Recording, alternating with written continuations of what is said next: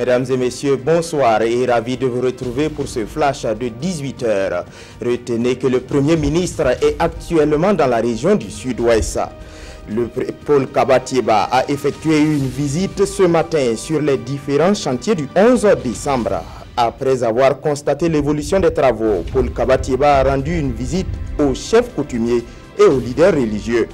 Question d'obtenir leur adhésion à la mise en œuvre des projets de son gouvernement.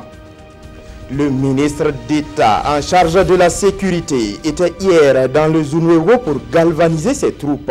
Simon Compaoré a visité les postes de police et de gendarmerie de Giba, Manga, Gogo, Gombusgu et Zabré.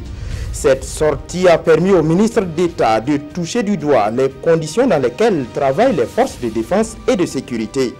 Il a également encouragé et félicité ses troupes pour l'ensemble des missions réussies. Tahirou Barry n'est plus le président du Parti pour la Renaissance nationale. Il a été destitué aujourd'hui avant la clôture du 4e congrès du parent. En plus de cette destitution, Tahirou Barry a été exclu du parent.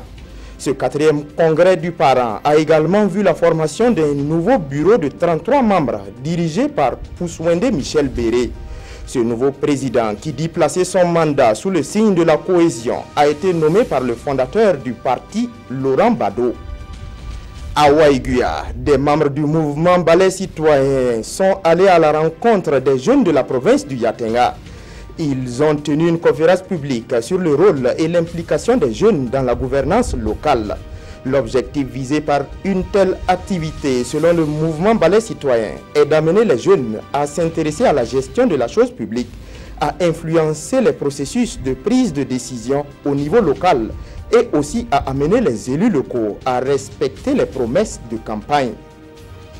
Les côtes taïwanaises ont été balayées par un typhon dans la soirée d'hier. Ce typhon était accompagné de vents violents qui ont soufflé à près de 140 km/h.